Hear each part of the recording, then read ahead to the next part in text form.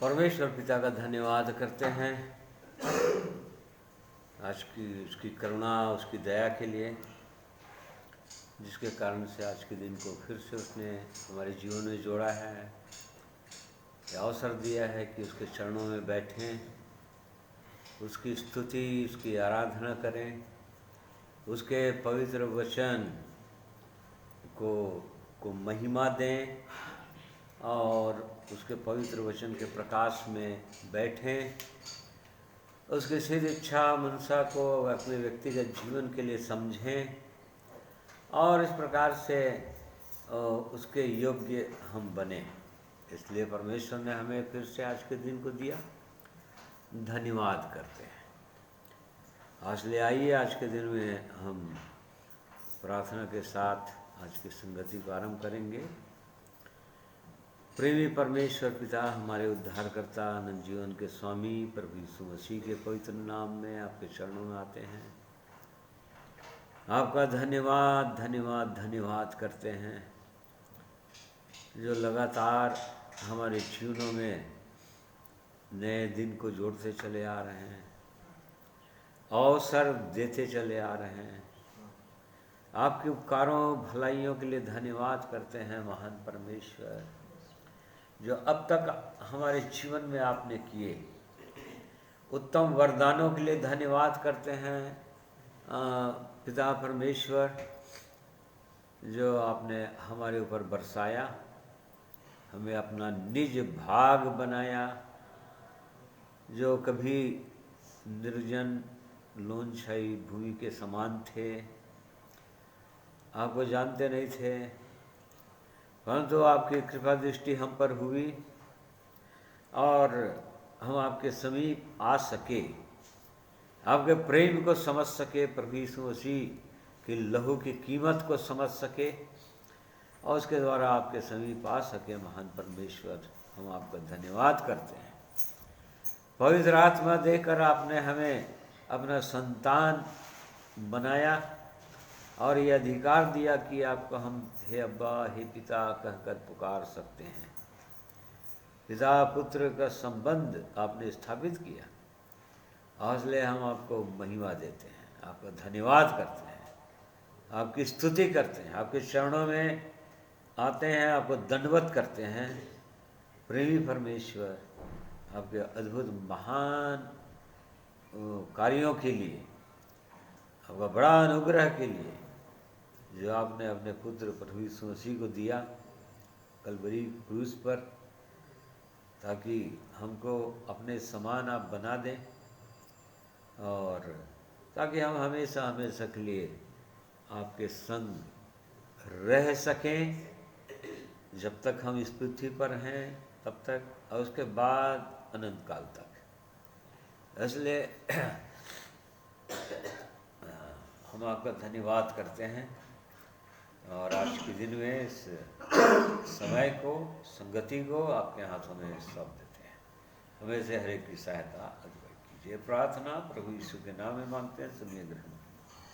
आमीन। परमेश्वर पिता का धन्यवाद करते हैं आज के दिन के लिए, सुंदर समय के लिए, और आज के दिन में जितने प्रिय भाई और बहन ऑनलाइन जुड़ते हैं, आप सबों के लिए मैं धन्यवाद करता हूँ और सबों को जय मसीह भी कहता हूँ। परमेश्वर हम में से हर एक की सहायता अगुवाई करें आज के दिन। आइए आज के दिन प्रभु की महिमा करें गानों के द्वारा।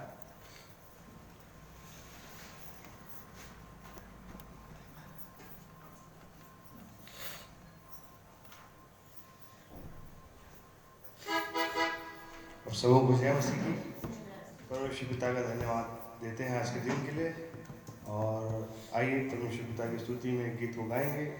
पाया जाता है गीत नंबर 17 में, ऐ लश्करों के रब अहद के संदूक, तू हज़ारों हज़ारों में लौट के आ। सुंदर गीत है। आइए आप जहाँ कहीं भी हैं हमारे साथ में परमेश्वर पिता की स्तुति कर सकते हैं इस गीत के द्वारा। आइए इस गीत को।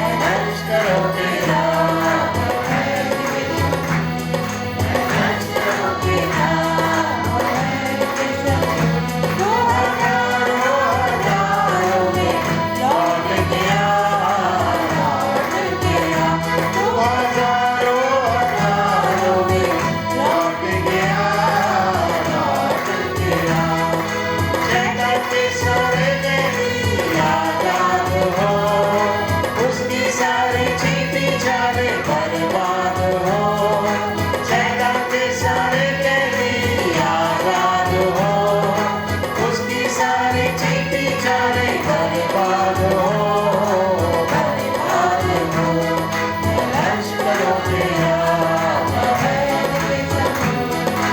लश्करों के राम है। तू हजारों हजारों में लौट गया, लौट गया। तू हजारों हजारों में लौट गया, लौट गया। तेरी मदद से हम बात पूरी करेंगे, तू ही हमारे मुकाबले को पार करेगा। तेरी मदद से हम बात पूरी करेंगे, तू ही हमारे मुकाबले को पार करेगा, पार करेगा। मैं लश्करों के राम वैर के शत्रु, मैं लश्करों के राम वैर के शत्रु। तू हजारों हजारों में लौट गया, लौट गया। तू हजारों हजारों में लौट गया, लौट गया। तेरे विचुओं को हम उजलेंगे, दुश्मन की सारी कुरत पर ताने बाएंगे। सारे सांपों बिच्छुओं को हम उजलेंगे, दुश्मन की सारी कुरत पर ताने बाएंगे, ताने बाएंगे। मैं लश्करों के राम वैर के शत्रु, मैं लश्करों के राम वैर के शत्रु। तू हजारों हजारों में लौट गया, लौट गया। तू हजारों हजारों में लौट गया, लौट गया। परमेश्वर पिता का धन्यवाद देते हैं इस गीत के लिए। आइए एक और गीत को गाएंगे, जो कि गीत नंबर 238 में पाया जाता है। सुंदर गीत है। एक नदी है जिसकी लहरों से परमेश्वर के नगर में, परम प्रधान के पवित्र स्थान में आनंद होता है। आइए इस गीत को भी गाएंगे और परमेश्वर पिता की स्तुति करेंगे।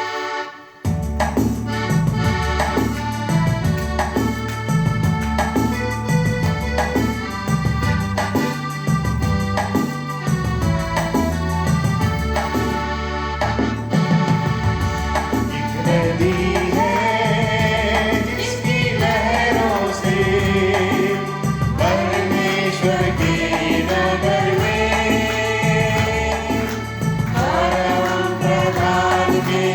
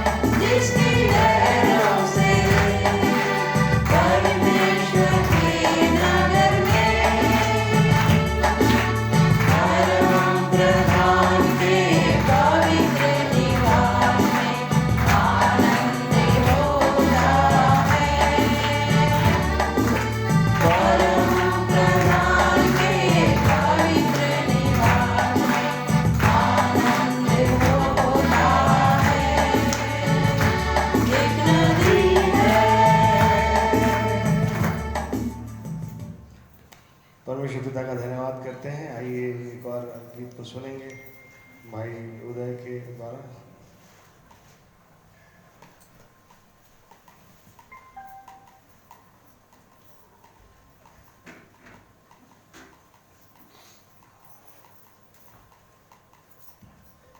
सबको जय मसीह जी।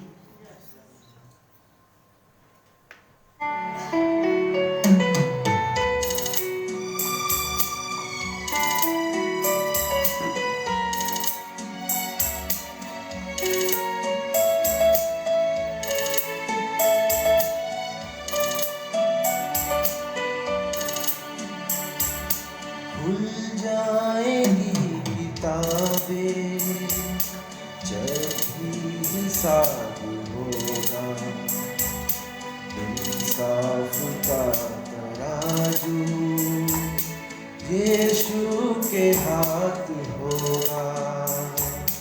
खुल जाएगी किताबें जब भी हिसाब होगा, इंसाफ का तराजू यीशु के हाथ होगा।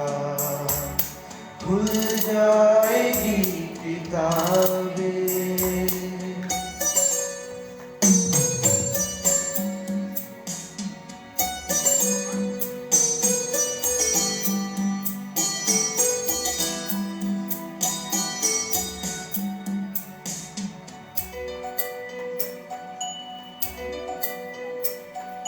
जो भी तू कर रहा है यीशु वो देखता है।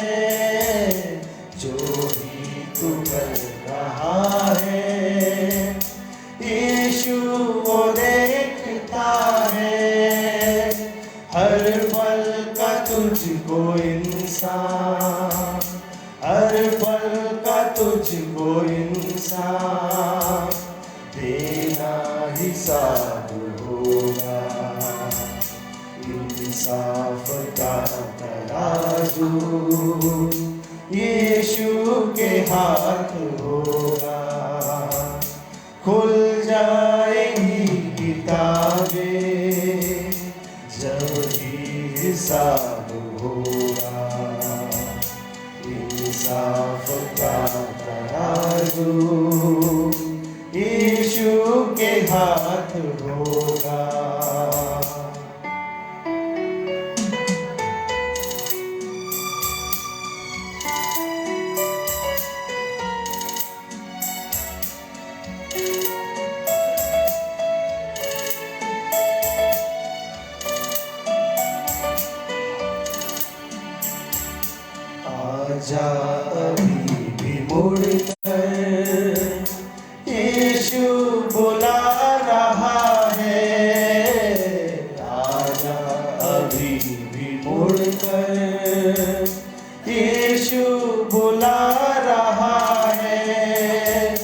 वरना तू याद कर ले, वरना तू याद कर ले, तेरा ही नाश होगा। इंसाफ का तराजू यीशु के हाथ होगा। खुल जाएगी किताबें जब भी हिसाब होगा। इंसाफ का तराजू यीशु के हाथ होगा। खुल जाएगी किताबें जब भी हिसाब होगा। इंसाफ का तराजू यीशु के हाथ होगा। खुल जाएगी किताबें। सबको जय मसीह की। इस गीत के द्वारा प्रभु आप सबको आशीष दे।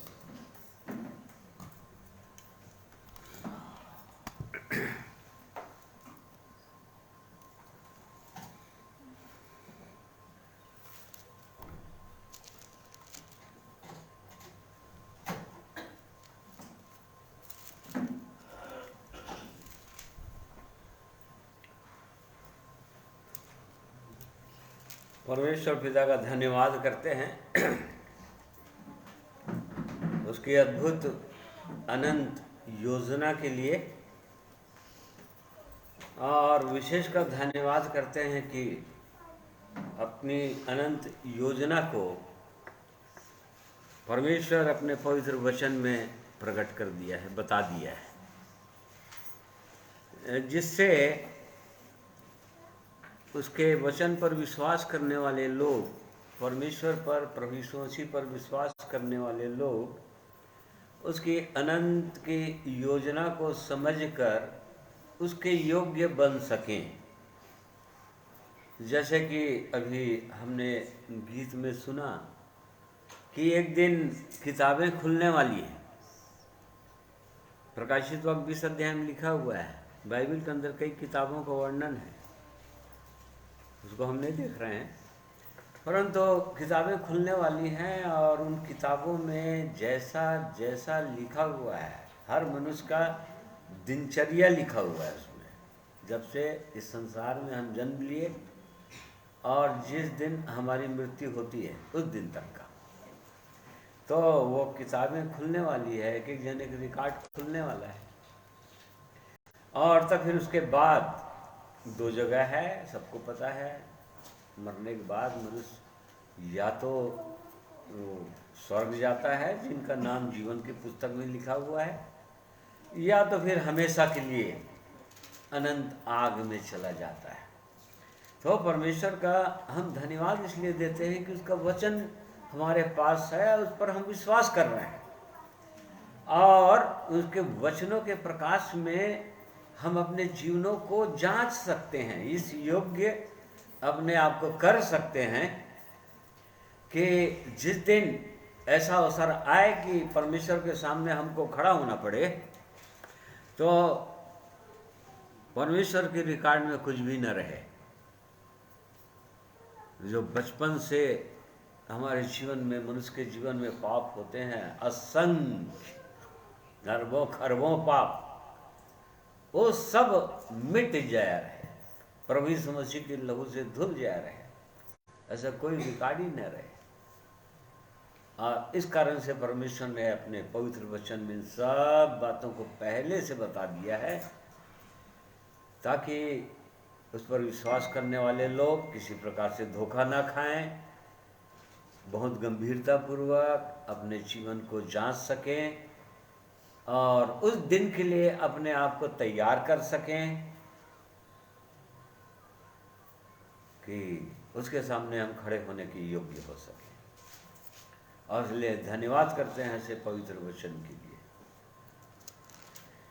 और इसी कारण से लगातार परमेश्वर के पवित्र वचनों को हम सुनते हैं, पढ़ते हैं, और परमेश्वर की इच्छा यही है कि उसके वचनों को पढ़कर सुनकर हम अपने आप को जांचें कि क्या हम उसके सामने खड़े होने के योग्य बन गए हैं या बनते जा रहे हैं, क्योंकि सांस के टूटने से पहले बन ही जाना है, या प्रभु यीशु मसीह के आने से पहले।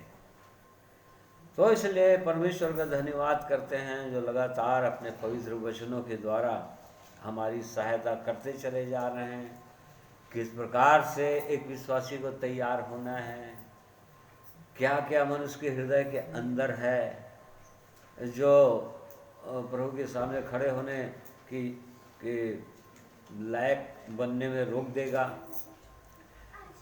और इसलिए परमेश्वर इन बातों की हमारी सहायता अगुवाई करेंगे। आइए एक वचन को आज के दिन में हम देखेंगे जो पाया जाता है दूसरा तीमुथियुस की दूसरी पत्री, उसका दूसरा अध्याय, उसका 20 और 21 पद। दूसरा तीमुथियुस उसका दूसरा अध्याय 20 और 21 पद। बड़े घर में ना केवल सोने चांदी ही के पर काठ और मिट्टी के बर्तन भी होते हैं, कोई कोई आदर और कोई कोई अनादर के लिए। यदि कोई अपने आप को इनसे शुद्ध करेगा तो वह आदर का बर्तन और पवित्र ठहरेगा और स्वामी के काम आएगा और हर भले काम के लिए तैयार होगा। हाँ, देखिए यहाँ पर परमेश्वर का वचन ये बोल रहा है कि हर घर में, यहाँ तक कि बड़े घर में, जो वहाँ करोड़पति अरबपति जैसे लोग होते हैं, और उनके यहाँ सोने चांदी के भी बर्तन होते हैं खाने और पीने के लिए, और छोटे से छोटे घर में और दूसरे दूसरे चीज़ों के बर्तन होते हैं, काठ के, मिट्टी के। तो उनमें से कोई कोई आदर का बर्तन होता है, कोई अनादर का बर्तन होता है। परमेश्वर ये चाह रहा है कि यदि कोई अपने आप को इनसे शुद्ध करेगा तब वो आदर का बर्तन ठहरेगा और पवित्र ठहरेगा और स्वामी के काम आएगा और हर एक भले काम के लिए तैयार होगा। तो ये परमेश्वर की इच्छा है कि हम अपने आप को जांचें या अपने आप को इस योग्य बना डालें। यहाँ पर जैसा कि लिखा है, जो कोई अपने आप को इनसे शुद्ध करेगा। इसका मतलब बर्तन जो है आरंभ में शुद्ध नहीं है, आरंभ से शुद्ध नहीं होता है बर्तन। यहाँ तक कि प्रभु यीशु ने फरीसियों को कहा था कि तुम अपने बर्तन को बाहर से मांजते हो, मत्ती 23 में कहा था, परंतु तुम्हारा हृदय अंदर हर प्रकार की कड़वाहट, हर प्रकार की मलिनता, उसे सब भरा हुआ है, कपट से भरा हुआ है तुम्हारा हृदय। और उसने कहा कि 31 पद पढ़िए वाला 25 का, उसी का मत्ती 25। हाँ, जब मनुष्य का पुत्र अपनी महिमा में, सॉरी 23 का। इससे तो तुम अपने आप पर ही गवाही देते हो कि तुम भविष्यवक्ताओं के हत्यारों की संतान हो। अतः तुम अपने बाप दादों के पाप का घड़ा पूरी तरह भर दो। हे सांपों, हे करेतों के बच्चों, तुम नरक के दंड से कैसे बचोगे? देख लो, नरक का प्रभु यीशु मसीह ने कहा था किनको? जो लोग अपने बाहरी जीवन को बहुत अच्छा रखते थे, मतलब लोगों को दिखाने वाला जीवन, लोग देखें तो कितना अच्छा जीवन है बोले, जैसा कि पौलुस ने अपनी गवाही दिया था। पौलुस प्रेरित ने फिलिपियों की कलीसिया को, कुरिन्थियों की कलीसिया को, तीमुथियुस को सोया कि मेरा जीवन कैसा था, और बहुत निर्दोष था मैं। उसने कहा था मैं तो बिल्कुल निर्दोष था। बाहर का जीवन, परंतु अंदर का जीवन हम वचन में पाते हैं कि परमेश्वर की दृष्टि मनुष्य के हृदय की ओर लगी रहती है। वो परमेश्वर मनुष्य का बाहरी रूप नहीं देखता है, वो हृदय को देखता है मनुष्य की, कि हृदय के को देखकर उसके अनुसार वो प्रतिफल देगा।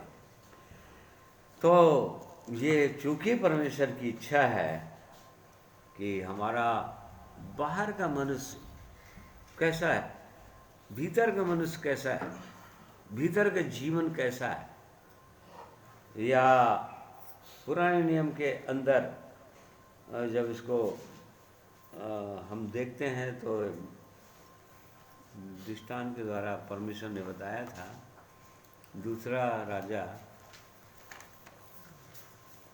उसका दूसरा अध्याय उसका 19 पद। उस नगर के निवासियों ने एलीशा से कहा। हाँ देखिए, ये उस समय की बात थी जब एलिया नबी उठा लिया गया। एलिया जो नबी था परमेश्वर का, परमेश्वर ने उसको उठा लिया जीवित, और उसका जो टहलुआ था एलिया नबी का, एलीशा, अब उसके स्थान पर उसको नियुक्त करना था, परमेश्वर ने कर दिया था, एलिया के द्वारा उसको नियुक्त कर दिया था, क्योंकि एलिया को उठाने वाला था परमेश्वर। अर्थात एलिया की सेवा वो जारी रहना चाहिए, वो ख़त्म नहीं हो जाना चाहिए। उसके लिए पहले से परमेश्वर तैयार कर लिया था एलीशा को, और एलीशा को जो एलिया के अंदर जो आत्मा था उसका दूना भाग उसको मिल गया था, क्योंकि परमेश्वर का जो वचन के अनुसार जो शर्तें थी उसके अनुसार उसने विश्वास किया था, और उस कारण से उसको परमेश्वर का दूना आत्मा मिल गया था। एक अध्याय में दूसरे अध्याय में दिया हुआ है। और तब एलिया को परमेश्वर ने उठा लिया। अब यहाँ पर इस परमेश्वर के जन को वहाँ के रहने वाले लोग, यरीहो नगर के रहने वाले लोग शिकायत कर रहे थे कि यहाँ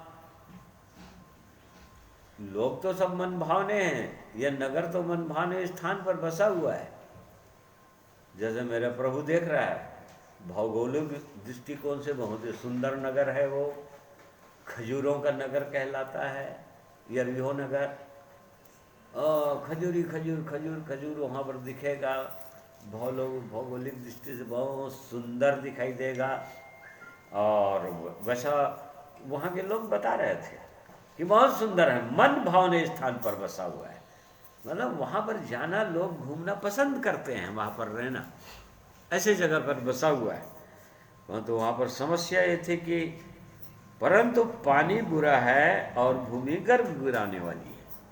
परंतु वहाँ का पानी बुरा था और भूमि गर्भ गिराने वाली थी, मतलब उस भूमि पर किसी प्रकार से कोई फल होता नहीं था। कोई पौधा उगाए, साग भाजी उगाए, वो वहाँ पर कुछ होता ही नहीं था। आगे चलकर वो झड़ जाता था फल, मतलब होता ही नहीं था।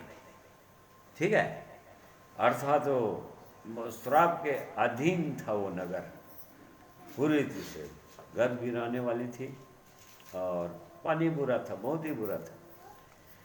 तो ये शिकायत था, और तब परमेश्वर के जन ने कहा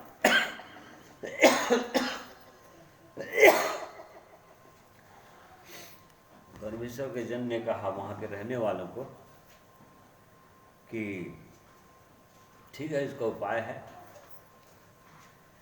और उसको उपाय बताया कि ऐसा करने से होगा। एक नया प्याला लेना पड़ेगा और उसमें नमक डालना पड़ेगा, और उसके बाद सोते के पास उसको उंडेलना पड़ेगा जहाँ ये पानी बुरा है, और तब फिर वो एकदम शुद्ध हो जाएगा और फिर से गर्भ गिराने वाली नहीं रहेगा। तो यहाँ पर ये मनुष्य की दशा को दिखा रहा है, लोगों की दशा को दिखा रहा है।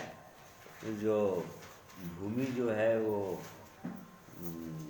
गर्भ गिराने वाली, कहने का मतलब पानी बुरा है, कहने का मतलब पानी यहाँ पर संसार के लोगों को बोल रहा है, वहाँ के रहने वालों को बोल रहा है कि उनका जीवन बहुत ही बुरा है और उनके जीवन के द्वारा कोई अच्छी चीज़ें निकलती नहीं है, उनके जीवन से कोई अच्छी बातें नहीं होती है, किसी प्रकार से उनके जीवन से कोई आशीषित नहीं होता है, आनंदित नहीं होता है। ये समस्या थी वहाँ की। पानी बुरा है कहने का मतलब यही प्रकाशित द्वार में दिया है कि पानी यहाँ पर क्या बोल रहा था, क्या बोलना क्या चाह रहा, 19 का 17 का 15 पद में। फिर उसने मुझसे कहा, जो पानी तूने देखे जिन पर वेश्या बैठी है वे तो लोग और भीड़ और जातियां और भाषाएं हैं। ना देखो, इसको पानी बोल रहा है यहाँ पर।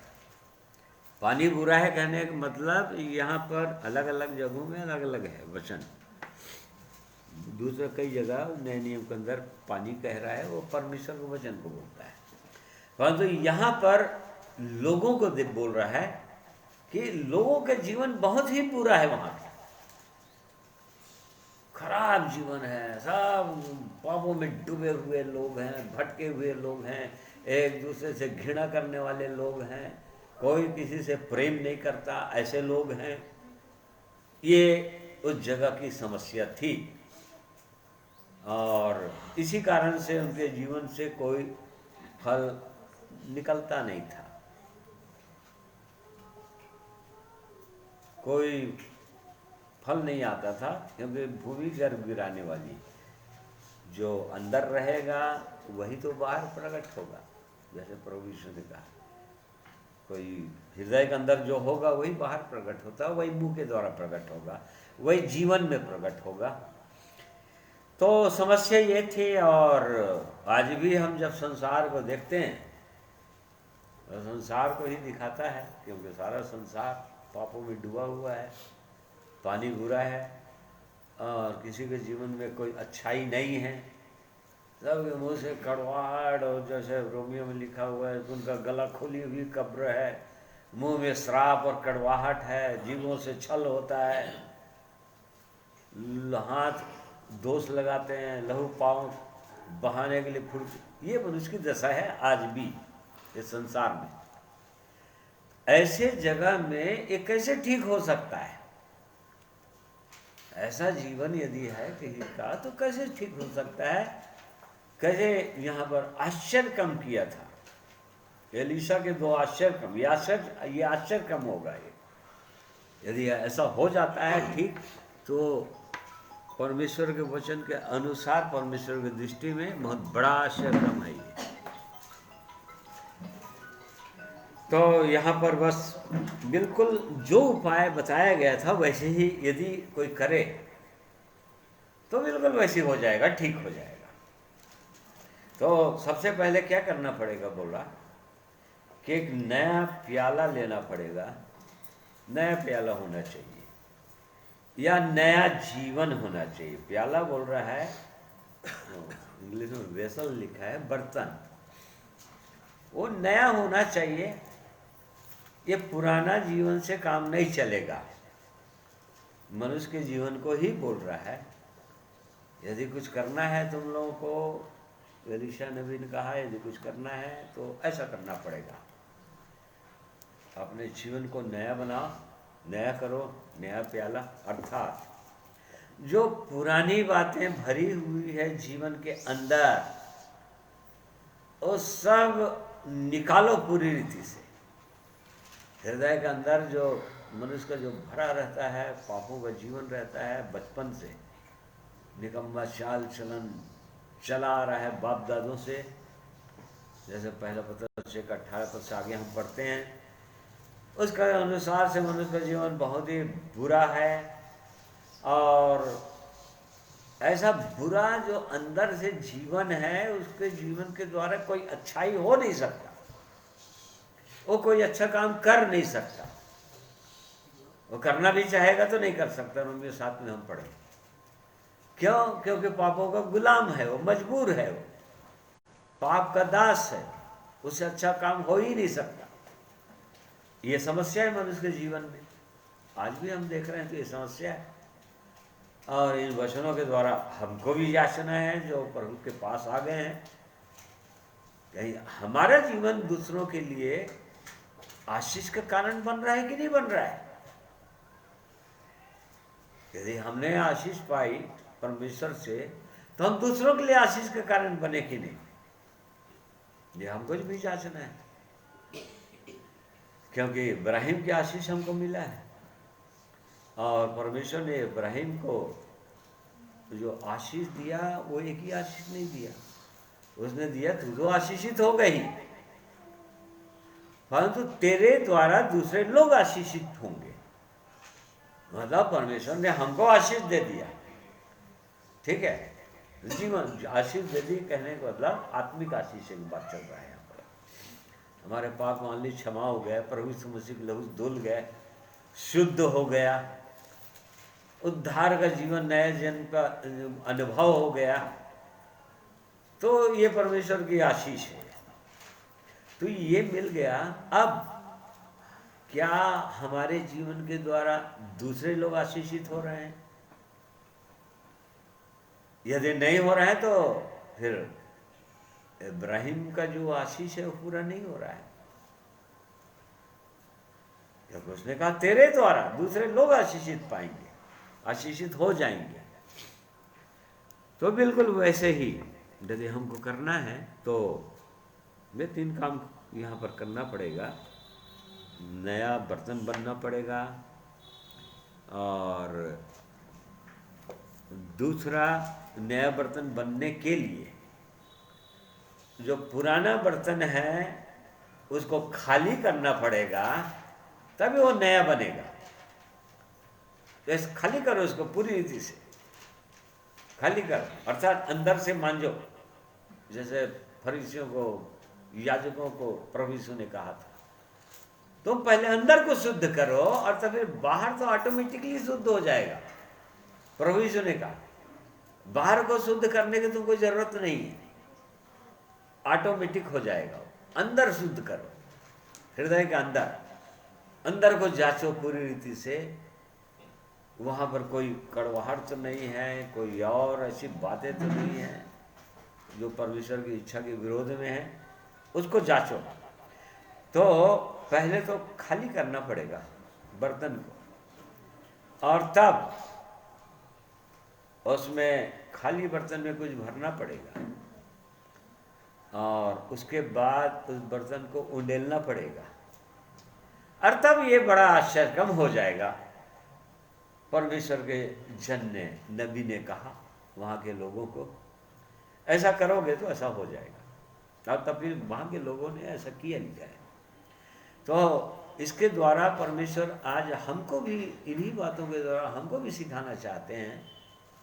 जब हम सुन रहे हैं, इन वचनों को पढ़ रहे हैं, समझना चाह रहे हैं, तो परमेश्वर हमसे भी यही बात कह रहा है कि अपने जीवन को जांचो कि नए बने हो कि नहीं।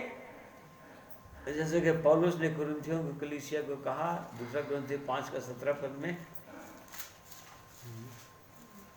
पुरानी बातें, इसलिए यदि कोई मसीह में है तो वह नई सृष्टि है, पुरानी बातें बीत गई है, देखो सब बातें नई हो गई देखो है। सब बातें नहीं हो गई, पुरानी बातें बीत गई हैं, अर्थात पुराना जीवन, पुराना स्वभाव, गुड़गुड़ाने, बड़बाने, चिल्लाने का स्वभाव और जो बुरा बुरा स्वभाव था वो सब खत्म हो गया बोल रहा है।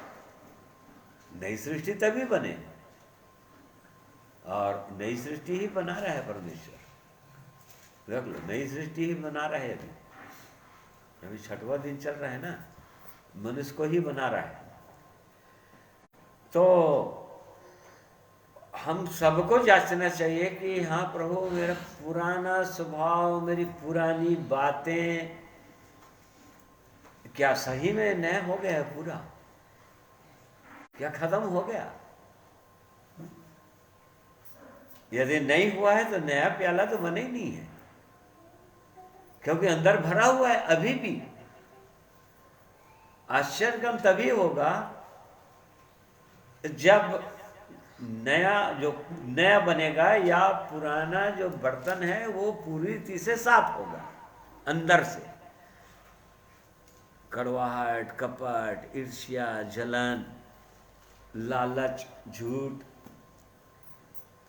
कुड़कुड़ाहट, ये सब जब दूर होगा तभी तो नया कहलाएगा। और नहीं तो फिर ऐसा कह नहीं सकेगा पौलुस प्रेरित, ये पुरानी बातें बीत गई, अब देखो सब कुछ नया हो गया। अब तब उसको बोल रहा है नई सृष्टि। मसीह में नई सृष्टि होते हैं, हमेशा याद रखिएगा। मसीह में नई सृष्टि अर्थात जो मसीह यीशु के हैं, उन्होंने अपने शरीर को उसकी लालसाओं अभिलाषाओं समेत क्रूस पर चढ़ा दिया। अब वे जीवित नहीं है। तभी जो नया जो आएगा जीवन, मसीह का जीवन तब आएगा, नहीं तो नहीं आएगा। तो उसको खाली करना पड़ेगा। और यही काम उस परमेश्वर के लिए बहुत कठिन है। परमेश्वर के लिए भी कठिन है काम। क्यों? क्योंकि परमेश्वर किसी को जोर जबरदस्ती नहीं करता। जैसे कि रोमियो 9 अध्याय निकालिए, 20 पद से बढ़िए होगा।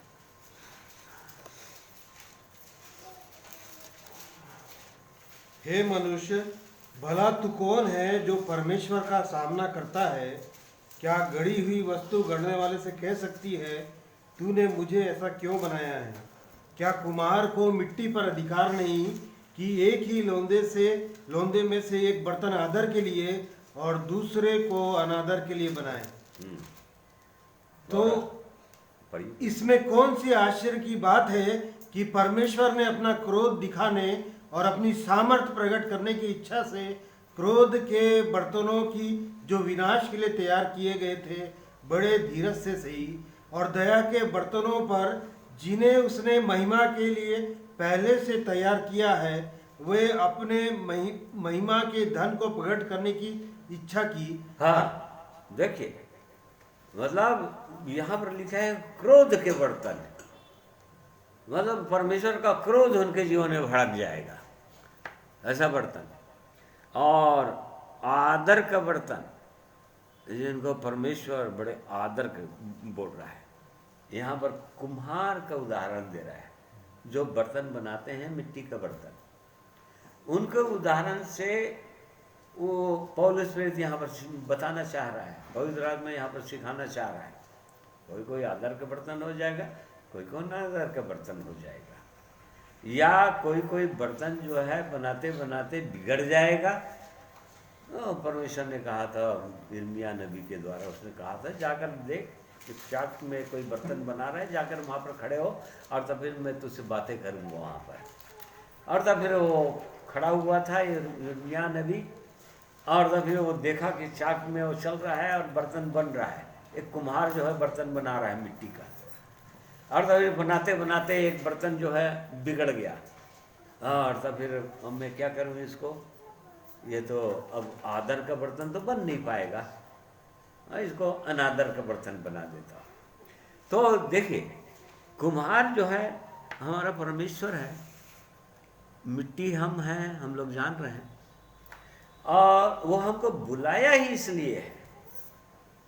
एक गीत गाते हैं ना, मुझको बना मुझको उठा, मतलब हम चाहते हैं कि परमेश्वर तू मुझको बना दे अपनी महिमा के योग्य बर्तन, और तभी वो बनाएगा। और यदि मिट्टी जो है बनना नहीं चाहेगा, या परमेश्वर के हाथों में अपने आप को देना ही नहीं चाहेगा बनने के लिए, तो परमेश्वर कैसे करके बनाएगा? तो यही बहुत कठिन काम है परमेश्वर के लिए। विश्वासियों को अनुग्रह से वो जो कर सकता था उसने कर दिया। वो उद्धार का जीवन, विश्वास किए उद्धार का जीवन दे दिया, अनुग्रह कर दिया, उद्धार हो गया। उद्धार हो गया मतलब पापों की क्षमा हो गया। अब आगे भले काम के लिए तैयार करना चाह रहा है।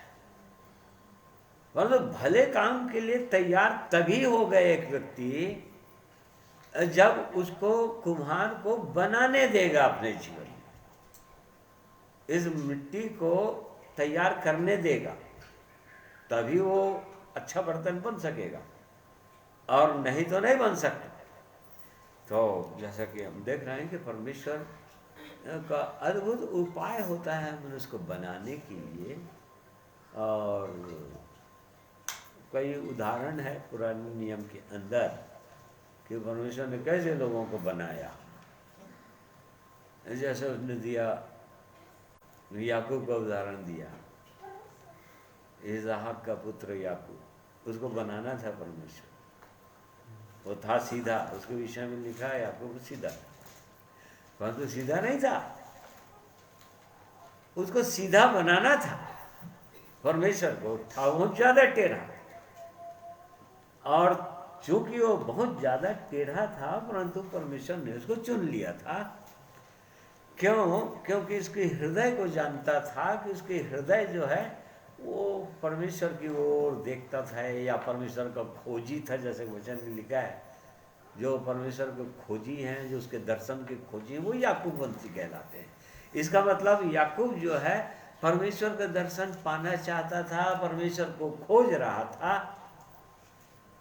परंतु था बहुत टेढ़ा जीवन था उसका, अड़ंगा मारने वाला था, उसके विषय में लिखा है, धोखेबाज था, उसके विषय में लिखा है। उसने अपने पिता से झूठ बोला कई बार, अपने भाई को धोखा दिया था, छल किया था, ये सब बातें थी। परंतु परमेश्वर ने उसको चुना था, और जब चुन लेता है तो अपने योग्य बनाना भी चाहता है। वो ऐसे चुन लिया तो उसको आगे वो पूरी रीति से आशीष दे दिया, ऐसा नहीं है।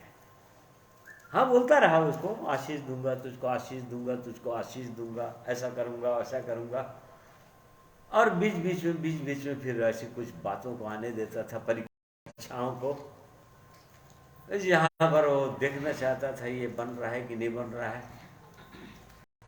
बिल्कुल वैसी है। अब जब चूंकि वैसा था तो याकूब को ऐसे जगह में भेजा था, उसका मामा लाबान की जगह में, जो वो भी भयंकर टेढ़ा, उससे भी ज्यादा टेढ़ा। या जैसे कोई कहावत कहते हैं, नहले पर दहला या लोहा लोहे को काटता है। तो इसलिए वो याकूब को उसके मामा के यहाँ जाने दिया, 20 साल का ट्रेनिंग दिया। देखो, 1-2 साल में तैयार नहीं हो पाया वो सीधा मनुष्य नहीं बन पाया। उसको सीधा मनुष्य बनाने के लिए परमेश्वर को 20 साल लगे थे। सोच लो, उसके मामा के घर में, और कई बार उसका मामा जो है उसके मजदूरी को इधर 10 बार, बाइबल में लिखा है 10 बार चेंज किया था, 10 बार उसकी मजदूरी को चेंज किया था। और इसके द्वारा परमेश्वर उसको बनाना चाह रहा था। फिर वो अपनी गवाही दिया, मैं धूप में, गर्मी के दिन में धूप में, ठंड में, पाले में और बरसात में वो कैसा मैं दुख उठाया हूँ। देखो, वो परमेश्वर जो है किसी व्यक्ति को जब बनाना चाहता है तो ऐसी परिस्थिति में लाना चाहता है। अच्छा बर्तन कोई ऐसे ही अपने आप नहीं बनता है, सोच लीजिए। उसको अपने आप को देना पड़ेगा, परमेश्वर को देना पड़ेगा, हर दिन देना पड़ेगा। बना प्रभु आज भी मुझको, मैं मिट्टी हूँ, तू कुम्हार है, आज भी मुझको बना दे प्रभु, अच्छा बर्तन बना दे। अभी भी मेरे अंदर कड़वाहट है, ईर्ष्या है, जलन है, कुड़कुड़ाहट है, क्रोध है, मुझको बना दे प्रभु। उसको देना पड़ेगा अपने आप को पूरी रीति से बनाने के लिए, तब बनाएगा वो परमेश्वर, अपने आप नहीं बनाएगा कभी। तो इस प्रकार से उसको बनाया, मतलब खाली किया, उसके हृदय को खाली किया पूरी रीति से, उसको अच्छा बर्तन बनाया, और तब जब अच्छा बर्तन बन गया और पूरी रीति से परमेश्वर पर निर्भर हो गया, परमेश्वर पर निर्भर हो गया, डिपेंड हो गया, उसका भरोसा अपने ऊपर से खत्म हो गया। एक लाठी का सहारा कुछ जीवन भर लेना पड़ा उसको। मतलब लाठी जो है परमेश्वर को दिखाता है बाइबल के अंदर। मूसा के पास भी एक लाठी थी, तो जीवन भर वो लाठी का सहारा लेके लंगड़ा लंगड़ा के चलना पड़ा। अब वो दौड़ नहीं सकता, भाग नहीं सकता। अपने भाई से वो कि उसके आशीष को छीन कर भागा, ऐसे लिखा है। अब वो भाग नहीं सकता वो। तो ऐसा करके उसको बनाया। 20 साल लगे थे परमेश्वर उसको बनाने के लिए। उसके मामा के घर, जो बाद में उसका मामा जो है उसका ससुर बन गया, ठीक है नहीं। तो उसके घर में उसको 20 साल की ट्रेनिंग दी गई। उसको लोहा लोहे को काटता है, बता। मतलब ये कड़ा है व्यक्ति है, टेढ़ा है, तो उसको वो सीधा करना वो परमेश्वर जानता है, तो उसने सीधा कर दिया। इस प्रकार से याकूब को खाली किया, अर्थात उसको बोलना पड़ा अंत में याकूब को, नए परमेश्वर मुझको आशीष वास्तव में अब चाहिए ही चाहिए, क्योंकि बिना मैं आशीष पाए तुझे जाने नहीं दूंगा। उत्पत्ति 32 में लिखा हुआ है, तुझको जाने नहीं दूंगा प्रभु। और तब परमेश्वर ने पूछा था तेरा नाम क्या है, और तब वही याकूब, जब उसका पिताजी इसहाक ने पूछा था उसको, तो क्या बताया था 28 अध्याय में शायद, तब उसने बताया था कि मैं एसाऊ हूँ। मतलब कई बार 2-3 बार झूठ बोला था, वहाँ पर 5 बार झूठ बोला था अपने पिताजी से। मैं एसाऊ हूँ, मैंने तेरी इच्छा पूरी की, मैं अपने शिकार से लाकर तुझको खिलाया हूँ। वो बार बार झूठ। मतलब उसके अंदर जो जीवन था वो कपट का जीवन था, और हृदय से सच नहीं बोल पा रहा था वो, या स्वीकार नहीं कर पा रहा था कि मैं धूर्त हूँ, हे परमेश्वर, मैं झूठा व्यक्ति हूँ, मैं धोखा देने वाला व्यक्ति हूँ, मैंने अपने भाई को धोखा दिया, अपने पिताजी को धोखा दिया, मैं ऐसा व्यक्ति हूँ। मैं उसी के लिए, उसको बनाने के लिए, उसका जो बाहर का जीवन दिख रहा था उसका अंदर का जीवन बिल्कुल बराबर हो, उसके लिए परमेश्वर को 20 साल लगे थे बनाने के। और तब उसने कहा था कि जब परमेश्वर पूछा तो क्या बोला उसने? और उसने याकूब से पूछा तेरा नाम क्या है, उसने कहा याकूब। हाँ, यहाँ पर उसने कहा कि मेरा नाम याकूब है। जब परमेश्वर जब बन गया पूरी रीति से, तब उसने कहा, जब लंगड़ाने लगा, जब उसका जंगल उसको परमेश्वर ने छू लिया, और तब उसने स्वीकार किया, हाँ परमेश्वर, मैं झूठ बोलने वाला व्यक्ति हूँ, मैं धोखा देने वाला व्यक्ति हूँ, मैं लालची व्यक्ति हूँ, मैंने पहलौठे के अधिकार को छीन लिया अपने भाई से। देखो, तब स्वीकार किया उसने। जब परमेश्वर यही इसी पॉइंट तक एक व्यक्ति को लाना चाहता है, और देखिए इस पॉइंट तक एक व्यक्ति को लाने के लिए परमेश्वर को कितना साल लगे थे उसको लाने के लिए। मूसा को कितने साल लगे थे? 40 साल। मूसा को इस योग्य बनाने के लिए कि नहीं प्रभु मैं अयोग्य हूँ, ये बोलने के लिए, मैं अयोग्य हूँ प्रभु, मैं अजीब का भद्दा हूँ, मैं कुछ बोल ही नहीं सकता, मैं ये काम कर ही नहीं सकता अपने आप से। इस पॉइंट पर लाने के लिए परमेश्वर को, मूसा को 40 साल लगा था। देख लीजिए, अब हमको अपने जीवन को देखना है कि हमारा कितना साल हो गए सात्विक जीवन में, और परमेश्वर हमको बनाने में क्या सफल हो पा रहा है। उस पॉइंट में लाने के हृदय में जो है उसी को बोल सके हम, जो वास्तविक है हृदय, परमेश्वर की दृष्टि में क्या उसको हम वो परमेश्वर कह सकता है कि हाँ ये मेरे मन के अनुसार हो गया? यहाँ तक लाने में। और इसी कारण से प्रिय भाइयों और बहनों, तो परमेश्वर लगातार हमको अवसर देते आ रहे हैं, आज भी अवसर दे रहे हैं, क्योंकि वो चाहते हैं हमको सोने का बर्तन बनाना। बड़े घर में सोने के बर्तन होते हैं। सोना मतलब सोना हमारे अंदर हर समय पवित्रता को दिखाता है, मतलब एकदम पवित्र जीवन।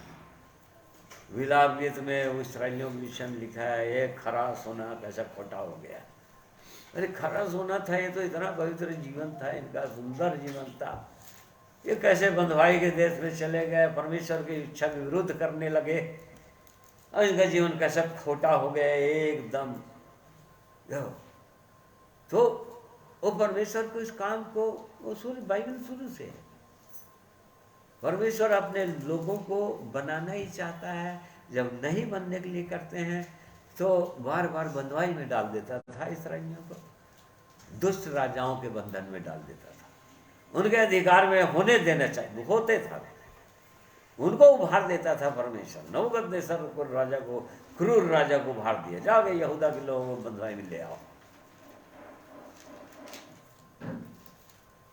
असूर के राजा को उसने उभार दिया, जाके इस्राएलियों को बंधुआई में ले आओ, बंधन में डाल देता था। और जब वहां पर ये लोग पुकारते थे परमेश्वर को, जब तक नहीं पुकारते थे तब तक परमेश्वर सुनता भी नहीं था, और जब लोग पुकारते थे तभी परमेश्वर सुनता था, उनके लिए उपाय करता था।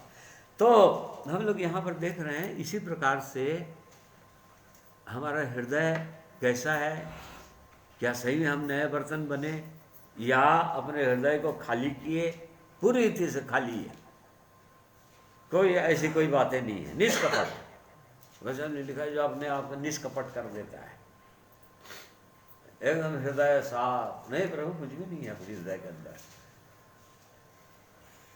कोई ऐसी बातें ही नहीं है प्रभु, या जो है उसको सीधा सीधा स्वीकार कर, मैं आप प्रभु, मैं याकूब हूँ, याकूब हूँ। या मेरे अंदर झूठ है, मतलब है प्रभु झूठ। या मेरे अंदर क्रोध है, क्रोध है प्रभु मेरे अंदर। या लालच है, अभी लालच है प्रभु मेरे अंदर। या कोई परमेश्वर की इच्छा के विरुद्ध कोई पाप है प्रभु ये अंदर, मुझ पर दया कीजिए, तरस खाइए, बना दीजिए प्रभु मुझको, और तब फिर वो बना देगा। तो देखो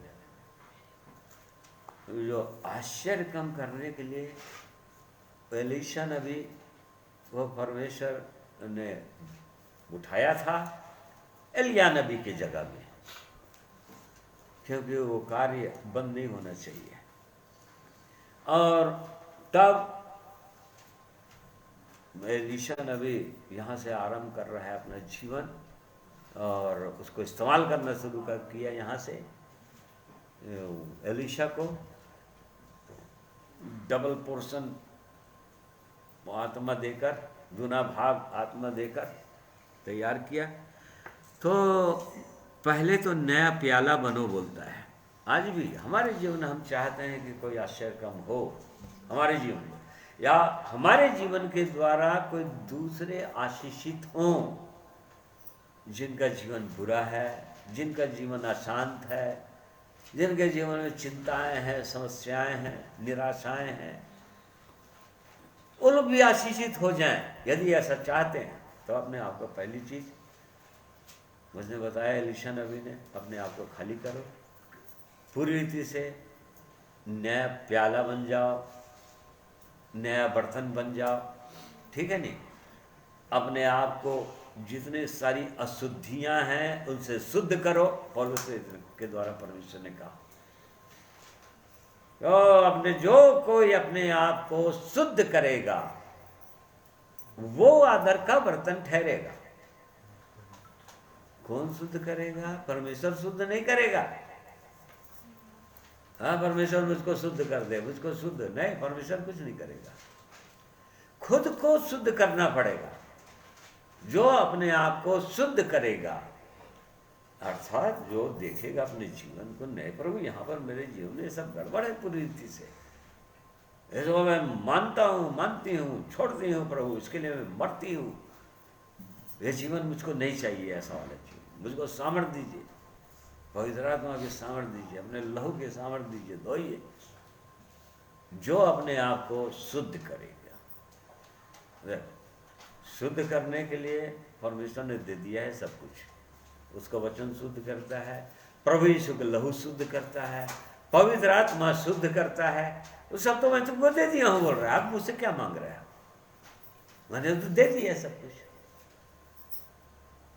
उसे शुद्ध करो। और तब दूसरी बात,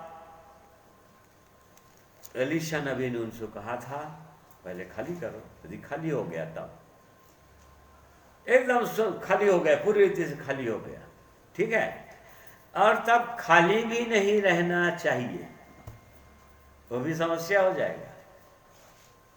यदि खाली का खाली छोड़ दिए यदि, तो भी समस्या होगा। क्या समस्या होगा? प्रभु यीशु ने कहा था लूका 11 अध्याय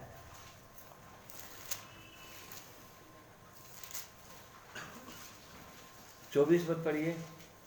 जब अशुद्ध आत्मा मनुष्य में से निकल जाती है तो सूखी जगहों में विश्राम ढूंढती फिरती है, और जब नहीं पाती तो कहती है, मैं अपने उसी घर में जहां से निकली थी लौट जाऊंगी। हाँ, और आकर उसे झाड़ा बुहारा और सजा सजाया पाती है, तब वह जाकर अपने से बुरी 7 और आत्माओं को अपने साथ ले आती है, और वे उसमें पेट कर वास करती है, और उस मनुष्य की पिछली दशा पहले से भी बुरी हो जाती है। देख लो, खाली भी नहीं रहना चाहिए। खाली हो गया, शुद्ध हो गया। अक्सर होता ये है कि जब जीवन पाते हैं विश्वासी लोग, जब जीवन अपना समर्पित कर देते हैं परमेश्वर के, प्रभु यीशु मसीह के लिए धुल जाते हैं, शुद्ध हो जाता है, पवित्र आत्मा का भागीदार भी बन जाते हैं, उसके बाद उसको भरते नहीं है, और उसके बाद सूखा ही सूखा रह जाता है। वचन में लिखा है यिर्मयाह 2:25 पद में, अपना गला सुखाए न रख। गला सूखना नहीं चाहिए, मतलब गले तक मुंह भरना चाहिए पानी, अर्थात परमेश्वर का वचन, और तब ये भर जाना चाहिए, हृदय से भर जाना चाहिए, पूरा खाली रहना नहीं चाहिए। नहीं तो सूखा जगह में वो जो दुष्ट आत्माएं पहले वास करती थी मनुष्य के जीवन में, वही दुष्ट आत्माएं, और फिर वो लोग जगह ढूंढ रहे हैं, कहाँ जाएं अब, कहाँ जाएं। तो सब जगह देखते हैं कि सब जगह फुल है, कहीं तो जगह ही नहीं दिख रहा है, और तब देखते हैं कि हाँ ये एक जगह मिल गया है, ये खाली है पूरी रीति से, एकदम सुंदर है, और तब फिर आके और अपने साथ दुष्ट आत्मा, बुरी दुष्ट आत्माओं को अपने साथ ले आती है, और उसकी जो पिछली दशा पहले से भी और बुरी हो जाती है। देख, तो खाली भी नहीं रखना है, इसमें भरना चाहिए, भरते जाओ। इसीलिए बाइबल में लिखा है पवित्र आत्मा से परिपूर्ण होते जाओ। अब खाली रहना नहीं चाहिए, अर्थात परमेश्वर को वचन भरना चाहिए हृदय के अंदर, परमेश्वर का वचन काम करना चाहिए, हमको एक्टिव रहना चाहिए, परमेश्वर के लोगों को हर समय एक्टिव रहना चाहिए, गवाह बने रहना चाहिए। किसको गवाही दें, कैसा गवाही दें? घर के भीतर हैं तो घर के अंदर गवाह बने रहना चाहिए, प्रकाश का काम देते रहना चाहिए। इस प्रकार से तो भरे रहेंगे फिर यहाँ पर पवित्र आत्मा से भरपूरी, क्योंकि यहाँ पर लिखा है कि कैसे भरना है। अब क्या भरना था? नहीं, वहाँ दूसरा राजा में जो देख रहे हैं, खाली बर्तन लाओ, नए प्याला लाओ, उसमें क्या डालो? उसने कहा एक नए प्याले में नमक डालकर मेरे पास ले आओ। बस क्या डालना है? खाली नहीं रहना चाहिए, कुल मिला के खाली नहीं रहना चाहिए, उसमें नमक होना ही चाहिए, या पूरी रीति से नमकीन होना चाहिए। प्रभु यीशु ने कहा था मत्ती 9 अध्याय उसका 50 पद वो पढ़ो भाई। हाँ, मरकुस। मरकुस नहीं है। हाँ,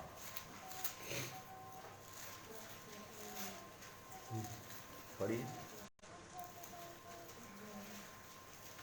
नमक अच्छा है, पर यदि नमक का स्वाद जाता रहे तो उसे किससे नमकीन करोगे?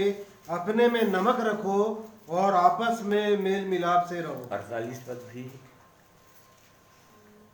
जहाँ उनका कीड़ा नहीं मरता और न आग नहीं बुझती, क्योंकि हर एक जन आग से नमकीन किया देखो, जाएगा। आग से नमकीन नमकीन किया जाएगा, प्रभु यीशु ने कहा। आग मतलब पवित्र आत्मा रूपी आग से ही नमकीन किया जाएगा।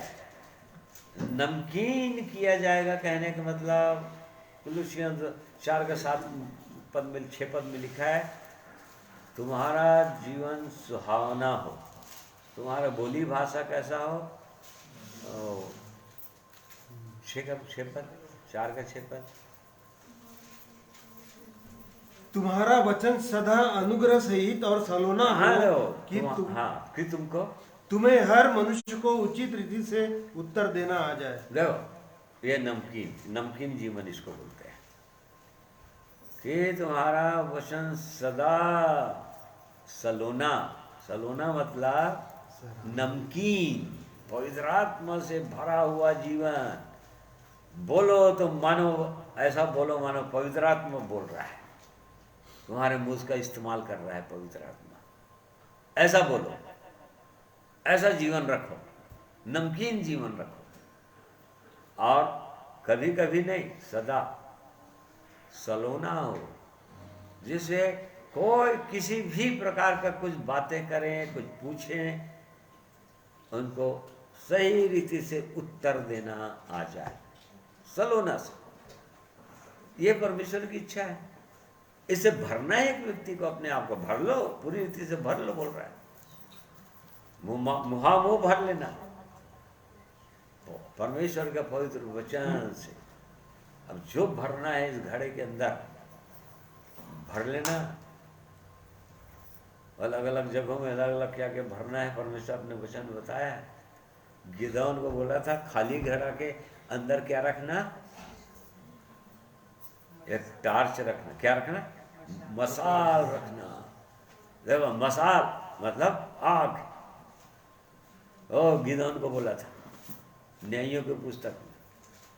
ओ खाली घड़ा लेना, उसके अंदर में मसाल रखना, ठीक है नहीं? काहे के लिए भाई? ओ विरोधी शत्रुओं से लड़ने के लिए। अरे शत्रुओं से लड़ने के लिए तो तलवार चाहिए, बंदूक चाहिए। ये खाली घड़ा में मसाल को क्या करेंगे? लेकिन परमेश्वर की योजना बड़ा अद्भुत है, अद्भुत परमेश्वर है वो बोलता है तुम अपनी दिमाग, अपनी समझ, अपनी बुद्धि को तुम एक किनारे करो, मैं जो बोल रहा हूं वो करो, और तब फिर तुम जय पाओगे, नहीं तो जय नहीं पाने वाले तुम। तो देखिए, अलग अलग जगहों में अलग अलग परमेश्वर बोलता है। खाली नहीं होना चाहिए घड़ा, उसके अंदर मसाल होना चाहिए, अर्थात पवित्र आत्मा की आग से भरा रहना चाहिए, पवित्र आत्मा के जीवन होना चाहिए, परमेश्वर का वचन भरा रहना चाहिए, ताकि कोई पूछ रहा है तो उसको जवाब भी दे सके, बता सके। परमेश्वर के सामर्थ्य रहना चाहिए जीवन के अंदर।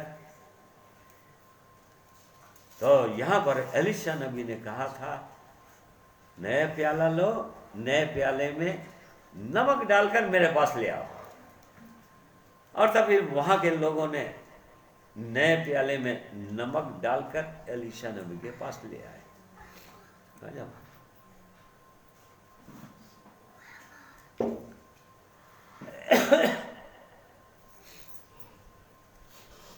नमक डालकर ले आए। अब उसको क्या करो?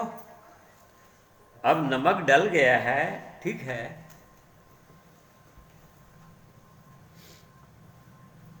अब वो उसको उंडेलो भी। देखो, अब वो टूटना भी चाहिए। अब वो घड़े के अंदर जो भरा हुआ है उसको उंडेल दो, कहाँ? जहाँ पर जीवन बुरा है, भूमि गर्भ गिराने वाली है, जिनके जीवन में अशांति है, निराशाएं हैं, चिंताएं हैं, उनके अंदर उंडेल दो। ठीक है? पानी बुरा है, उसमें उंडेल दो। मतलब उंडेलना भी है उसको। तो कैसे उंडेलेंगे? उसको अपने पास रख लेंगे तो कैसा होगा? वो तो एक जने ने कहा था ना प्रभु यीशु जी को 3 तो अलग अलग तोड़े दिए थे परमेश्वर ने। एक जने कहा, है प्रभु, मैंने तेरा तोड़ा को अपने भूमि में रख लिया है, मतलब अपने अंदर रख लिया है, बस खत्म। तो उसने क्या कहा? हे दुष्ट आलसी दास, है? मतलब तू बाहर भी नहीं निकल सका, किसी से बातें भी नहीं कर सका, तू अपनी गवाही को किसी को बता भी नहीं सका। जो लोग चिंतित, दुखी, परेशान, निराश पड़े हुए हैं, उनको शांति की 2 बातें तू कर भी नहीं सका। वो परमेश्वर की इच्छा और योजना को बता भी नहीं सका। तू अपने तक सीमित रखा उसको पूरी रीति से। उसने कहा, है दुष्ट आलसी दास, इसको हाथ पांव बांधो, अंधेरे में डाल दो। वहां पर रोना और दांतों का पीसना होगा। क्या तोड़ा मैंने तुमको इसीलिए दिया था क्या कि अंदर रख लो, उसको बस छिपा लो? नहीं, मैंने तो तोड़ा इसलिए दिया था कि इसको लेन देन करो, उसको बांटो लोगों के जीवन में। 1 का 2 बनाओ कम से कम, ज्यादा नहीं तो देखिए उड़ेलना भी पड़ेगा।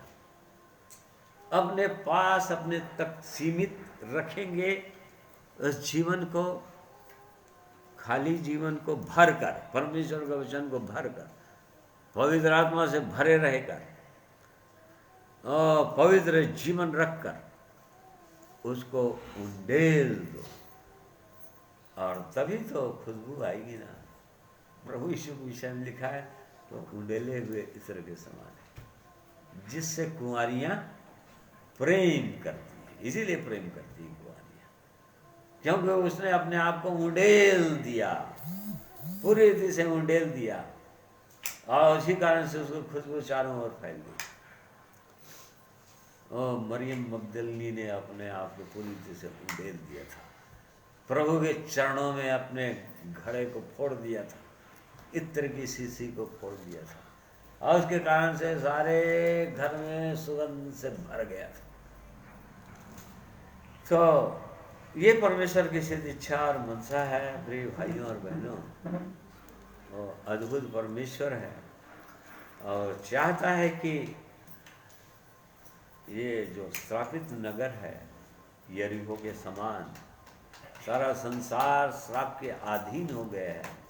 यहाँ के लोग बुरे हैं, पापों में डूबे हुए हैं, खोए हुए हैं, भटके हुए हैं, और अनंत विनाश की ओर बढ़ते ही चले जा रहे हैं।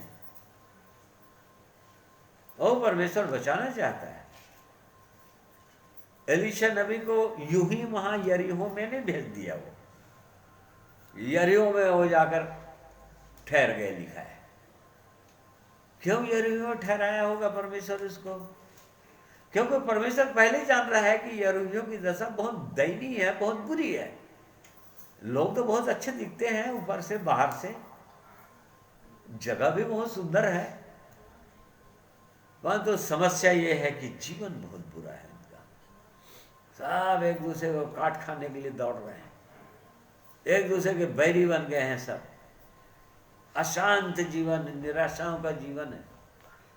ये कैसे बचेंगे लोग? और तब परमेश्वर ने अपने जन को भेजा था वहां पर। ऐसे ही यदि आदर का बर्तन बनना है या अपने स्वामी के काम आना है, तो थिमुथियुस को पौलुस प्रेरित ने कहा कि अपने आप को जो लोग शुद्ध करेंगे वो अपने स्वामी के काम आएंगे, उन्हीं को स्वामी अपने लिए इस्तेमाल करेगा, और नहीं तो नहीं करेगा उन्हें। और नहीं तो कहीं क्रोध का बर्तन न ठहर जाए। विनाश के लिए। ये भी समस्या है। इसीलिए इब्रानी की पुस्तक में लिखा है, परमेश्वर के हाथों में पड़ना भयानक बात है। और परमेश्वर के हाथों में पड़ गए हैं तो प्रिय भाइयों और बहनों, जैसा वचन में लिखा है वैसे ही कीजिए। अपने जीवन को वैसा ही दीजिए, नहीं तो भयंकर उसका भुगतना पड़ेगा दंड। तो ये परमेश्वर की सिद्ध इच्छा और मनसा है प्रिय भाइयों और बहनों।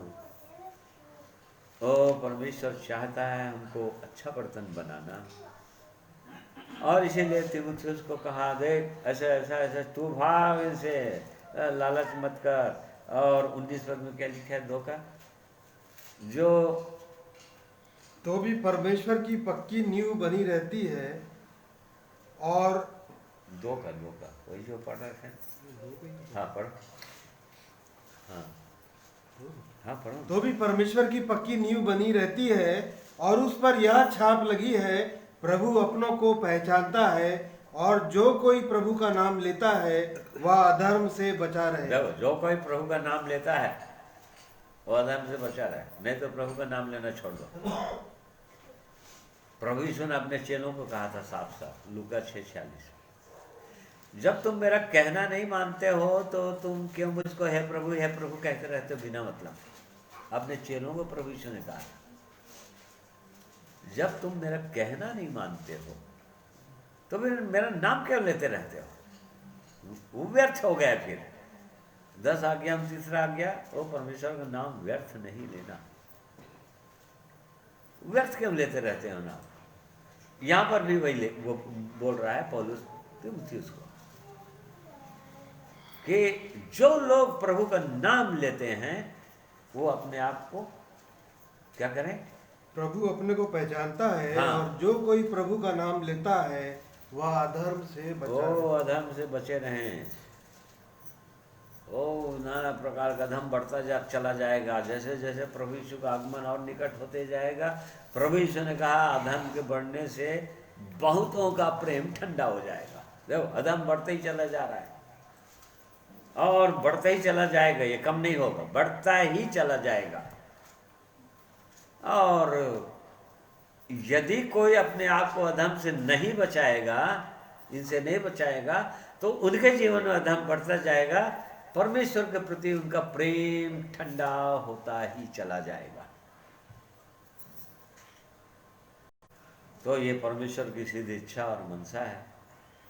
इसलिए अपने अपने आप को हमको सब कुछ जांचना है। हे प्रभु, क्या मैं आदर का बर्तन बन रहा हूँ? नहीं प्रभु, उसको आदर का बर्तन बना दे। मैं अपने आप को आपके हाथों में सौंपता हूँ प्रभु, देती हूँ। क्या उसको दे रहे हैं अपने आप को बनाने के लिए? आप बनाइए प्रभु, जैसा आपका सिस्टम है बनाने का टेक्निक है वैसा बनाइए। तो उसका बनाने का टेक्निक हमने देख लिया। याकूब को कहाँ भेजा? और उसका मामा लाबान के यहाँ भेजा, क्योंकि जैसा वो कड़ा था वैसे ही उससे कई गुना कठोर वो था। और तब फिर वो चूंकि बनाना था उसको, वो बना दिया उसने और कठिन सेवा उससे लिया, और तब फिर अंततः याकूब को उसने बना दिया और उसको आशीष दे दी, और 12 बेटों से आशीष दे दिया। आज इस्राएल देश पूरा आशीषित देश है। तो इसलिए परमेश्वर इन वचनों के द्वारा हम सबों की सहायता अगुवाई करें कि हम अपने आप को जांचें पूरी रीति से। क्या हमने खाली किया है अपने आप को? नए प्याले बने हैं, नया बर्तन बने हैं, और नया यदि खाली कर दिए हैं तो खाली तो नहीं रह गया है, उसमें कुछ भरते जा रहे हैं कि नहीं? पवित्र आत्मा भरता जा रहा है कि नहीं कुप्पी में? क्योंकि खाली रहेगा तो समस्या हमने देख लिया, और यदि भर रहे हैं तो क्या उसको उंडेल भी रहे हैं लोगों के सामने, लोगों के पास, उनसे चर्चा कर रहे हैं, उनसे बातें कर रहे हैं। अभी समय दिया है परमेश्वर, हो सकता है एक दिन ऐसा भी आ जाए कि हमको ये अवसर भी ना मिले। तो इसलिए परमेश्वर का हम धन्यवाद करते हैं उसके पवित्र वचनों के लिए, और परमेश्वर हम सबों को अपने इन वचनों के द्वारा आशीषित करें। आइए एक गीत और सुनेंगे।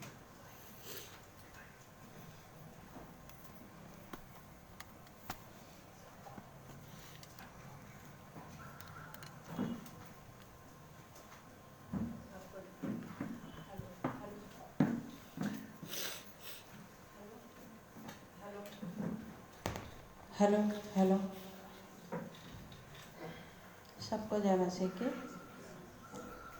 आज के वचन के लिए मैं परमेश्वर पिता का धन्यवाद करती हूँ कि सच में परमेश्वर, हम मिट्टी हैं, अब आप कुम्हार हो प्रभु जी, कि आपकी इच्छाएं हमारे जीवन से पूरी होनी चाहिए। जैसे हम परमेश्वर जैसे चाहते हैं उसके अनुसार हम चलने पाए, और इस गीत के माध्यम से हम प्रभु की आराधना करेंगे और परमेश्वर से हम इस गीत के माध्यम प्रभु की महिमा करेंगे। परमेश्वर पिता मेरी सहायता करें।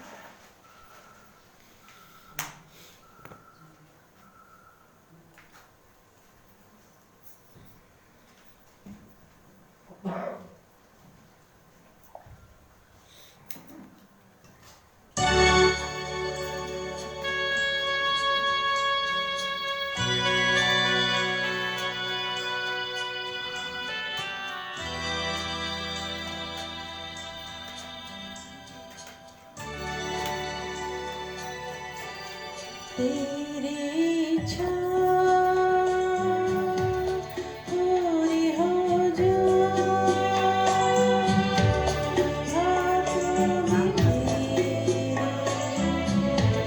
जीवन है मैं मिट्टी हूँ, तू है कुम्हार, मुझको उठा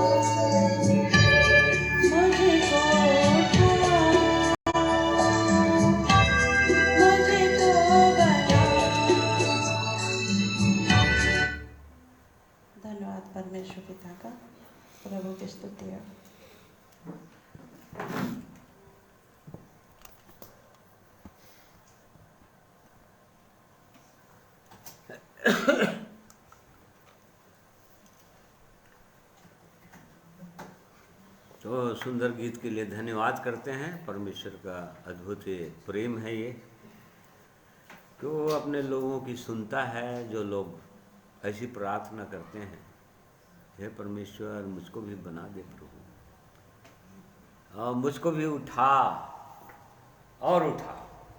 ये तो उठाया ही है, घूरे से निकाला है। कहाँ घूरे में थे, गंदा जीवन था, वहाँ से निकाल के लाया है। वो परमेश्वर और उठाना चाहता है ताकि उठते चले जाएं और एक दिन एकदम ऊपर उठ जाएं। वो परमेश्वर के साथ रहने के लिए हमेशा हमेशा। और इसलिए परमेश्वर का हम धन्यवाद करते हैं उसके अद्भुत महान प्रेम के लिए। आइए प्रार्थना करेंगे। सर्वशक्तिमान प्रेमी परमेश्वर पिता, हमारे उद्धारकर्ता प्रभु यीशु मसीह के पवित्र नाम में आपके पास आते हैं, आपका धन्यवाद करते हैं इसलिए कि आप हमसे प्रेम करते हैं। आप हमारी भलाई ही सोचते हैं प्रभु, आपकी कल्पनाएं हमारे लिए उत्तम हैं। आप चाहते हैं कि आप हम में होकर काम करें, जैसे प्रभु यीशु ने कहा मेरा पिता अभी भी काम करता है। आप अभी भी काम करना चाहते हैं प्रभु, एक आप आपके जनों के अंदर होकर चलना फिरना चाहते हैं। और इसलिए आपकी ये सिद्ध इच्छा हमारे जीवन में पूरी हो। आपके पवित्र वचन के लिए धन्यवाद करते हैं, जिनके द्वारा आज भी आपने हमें सिखाया और हमें चिताया कि हम अपने आप को जांचें, देखें कि हमारे जीवन में, हमारे हृदय के अंदर और कोई ऐसी बातें तो नहीं हैं। क्या पूरी रीति से साफ है हृदय, शुद्ध है? क्या आपके वचन, आपके प्रेम, आनंद, शांति से भरा हुआ है हृदय, या और कोई दूसरी बातें हैं? हे परमेश्वर पिता, हमारी यही प्रार्थना है कि हमको और उठाइए, हमको और बनाइए और पवित्र आत्मा का जीवन दीजिए, भरिए, हमारी सहायता कीजिए। सब बातों के लिए धन्यवाद करते हैं। प्रार्थना को प्रभु यीशु के नाम में मांगते हैं, सुनिए, ग्रहण कीजिए, आमीन। प्रिय भाइयों बहनों, आप सबों का मैं धन्यवाद करता हूँ। आप लोग जितने लोग आज के दिन में ऑनलाइन जुड़कर सुने हैं परमेश्वर के वचन को, परमेश्वर आप सबों को और भी बहुत आयत से आशीषित करें, आनंदित करें और अपने लिए तैयार करें पूरी रीति से। मैं आप सबों का धन्यवाद करता हूँ। आप सबों को जय मसीह।